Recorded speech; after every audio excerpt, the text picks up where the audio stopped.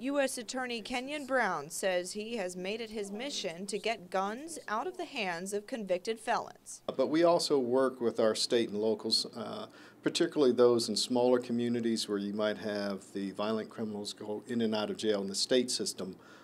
We talk with them and we say, hey, bring us your cases. If you've got someone who is creating a problem in your community and they're a convicted felon, and you catch them with a gun, give us a call. Over the last 4 years, the U.S. Attorney's Office has prosecuted 550 illegal firearms cases in our area. Brown believes the effort is working. He says in 2008 there were 42 murders. Compared to this year, there were only 30. Mobile County Sheriff Sam Cochran says removing guns reduces the potential for murder.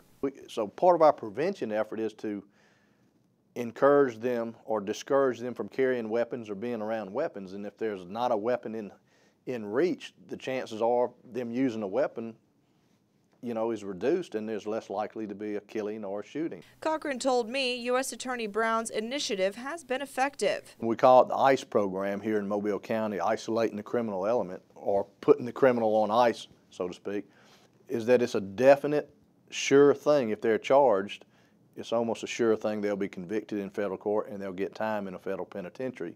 The technique has been used for a number of local high-profile cases in the past few years. Take Ted Snow's case. He was a, quote, revolving door criminal who was finally sentenced to 16 years in prison after getting caught with firearms. And former Mobile County Commissioner Steve Nodine, he too was sent to federal prison on gun and drug charges. Now, with the state's arrest of Hiawatha Robinson for allegedly sodomizing and murdering his 8-year-old daughter, federal prosecutors have charged him with illegal possession of a firearm.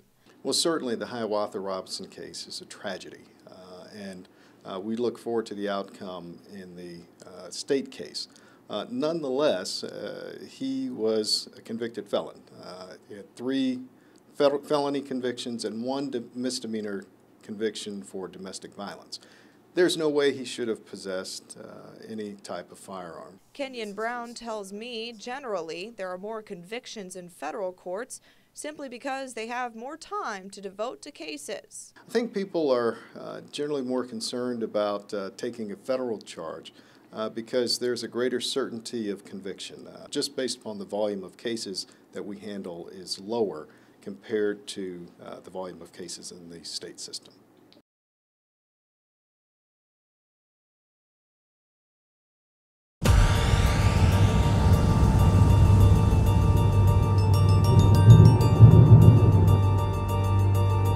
Nearly 10 years ago, a lucrative lodge and convention center at the Gulf State Park was destroyed by Hurricane Ivan.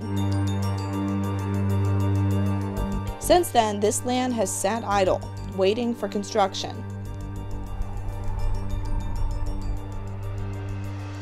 For 10 years, the state of Alabama has been fighting hard to make that happen because many state officials feel the convention center is a way to draw revenue out of Florida beaches and back to the Alabama coast. Governor Robert Bentley says he's been a proponent for the convention center since his time on the campaign trail. Even when I was campaigning, I would go down to Sandestin to speak to Alabama groups. And I thought, this is ridiculous that we're spending our money in Florida. I mean, I love Florida, but I want Alabamians to spend their money in Alabama. So why is it taking so long? It all boils down to the state's decision that a private developer would build and run the center. In 2005, 2 separate lawsuits were filed, claiming it was unlawful for a private company to develop on state land. I decided to file a suit on behalf of the citizens of the Baldwin County to get a judge's opinion as to the legality of building the Gulf State Park the way the governor wished to do it. Former Baldwin County District Attorney David Whetstone says the original plans were not in line with the law at the time. I thought it was a good idea before, but it was reckless to risk $1 billion of state revenue on something that was illegal. And eventually the Supreme Court of Alabama did declare it illegal. The Gulf oil spill of 2010 caused another issue. The state wanted to use BP money to build the center, with a private developer building an adjoining hotel. We don't think it's legal to use the BP money to build a resort. We think there's very clear guidelines at the federal level there. The Perdido Beach Resort in Orange Beach has long been opposed to a new convention center. Bill Baxley is the resort's attorney. It's the worst theft of Alabama parklands has ever occurred in this state. Some residents also believe BP money should only be used to restore the environment. I think the money should be used more to clean up the park. It doesn't look that great for the environment and the animals and the people that walk through there. I think the money could be used towards something better than a hotel. We traveled to Montgomery to get more answers. And state officials tell me that both tax dollars and tourist visitation days went into consideration when deciding to use BP funds for the project. Number one, the governor's goal, which I agree with, was to try to rebuild the Lodge and Conference Center and to do this project with fewer tax dollars as possible. Along those lines, the oil spill shut down our coastal communities for a very long time, over 87 days.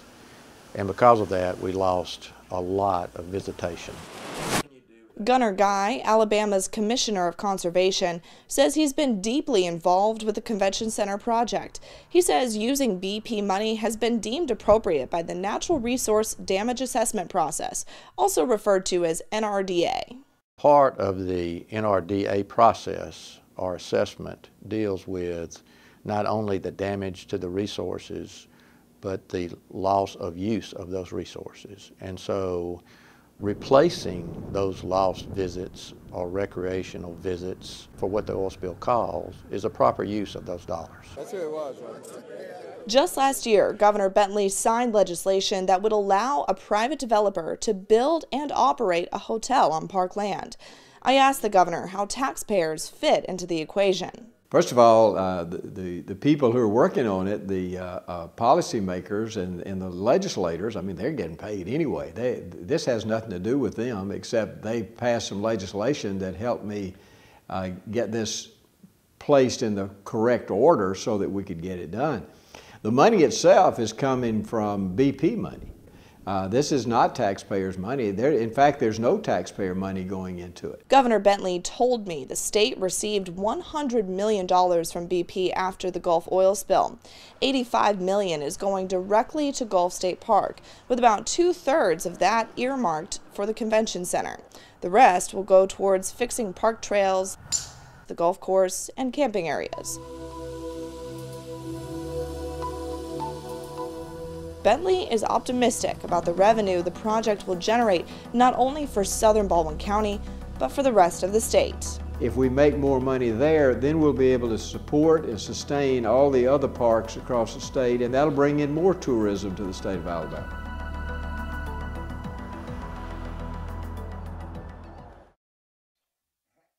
Last week, Citronelle resident Philip McMullen went out of town to stay with some friends. While he was gone, he said the unspeakable happened. Ransacked my house, tried to bring him a gun safe, which they weren't able to. They even took my wife's ashes off my headboard and strode them around. It looked like they tried to smoke some of it or something. I guess they figured out, this stuff ain't worth smoking, so they threw it up in one of my toolboxes. McMullen suspects the burglar thought it was drugs, since the ashes were kept in a box rather than a metal urn. Tried it out to see if it was some kind of drugs, and I bet that was a nasty taste when they done that, though. Now, as you can see, McMullen's front door was very securely locked. So when the burglars realized they couldn't get in through the front, they ended up breaking through a window. Once the thief got inside, some 15 items were stolen, according to the Mobile County Sheriff's Office, including a generator, chainsaw, and knife. McMullen told me he was furious when he first saw what had happened. It's hard to put into words. It makes me want to fight again, and I don't like to fight.